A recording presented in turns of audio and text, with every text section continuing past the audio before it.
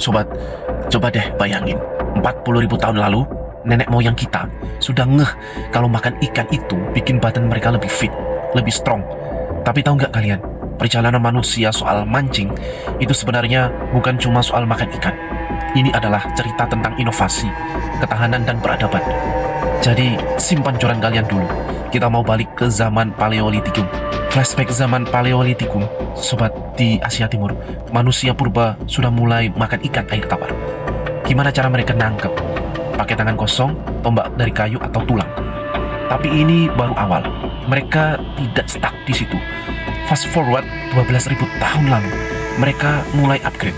Mata kail dari cangkang siput mulai dipakai buat menangkap ikan lebih efektif. Masuk zaman Neolitikum sekitar 4.000 sampai 8.000 tahun lalu, skill mereka sudah naik level. Jaring dari serat alami, cek perahu kecil, atau explore perairan lebih dalam. Bahkan, waktu itu mereka sudah ngerti soal teknologi. Keren kan? Nah, kita lanjut ke era peradaban Mesir kuno, Tiongkok, dan Romawi. Ini eranya manusia, jadi super advanced. Soal mancing, di Tiongkok sekitar 2000 sebelum Masehi, alat pancing seperti kail dan tali sudah jadi tools wajib buat nangkep ikan. Sementara itu, di Romawi, mancing sudah bukan sekadar cari makan. Mereka sudah pakai jaring perangkap dan mulai ngebangun sistem distribusi ikan. Jika masuk di medieval Eropa, vibes mancing sudah beda sekali. Mancing sudah jadi bisnis. Kapal layar dipakai buat nangkep ikan dalam jumlah masif. Mereka sudah mulai serius mengatur perdagangan ikan. Tapi sobat, momen revolusioner datang di abad ke-19 pas revolusi industri. Teknologi sudah mulai ambil alih.